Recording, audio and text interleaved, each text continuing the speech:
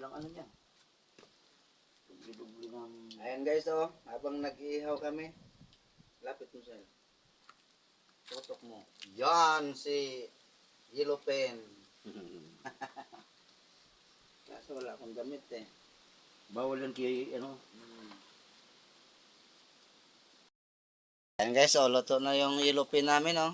Kaso yung kumpare ko ayaw kumain. Takot sa isda. Gusto niya daw panga. Ito guys, tinimplahan ko na yung panga guys. Di ko na pinapakita sa inyo para kayo na kusa mag-aral kung anong gusto nyong timpla. Baka mamaya di nyo magustuhan yung timplada ko. Sisihin nyo naman ako guys. Baka kimita yung bawal ito sa vlogger. Lasing na naman kamo kami. Mamaya na. Ano kami. Kung mo i-delete yan. Kay capture ko yan. Lamog dito. Ang lamig dito! Nabuang. Nabuang. Ang hapon.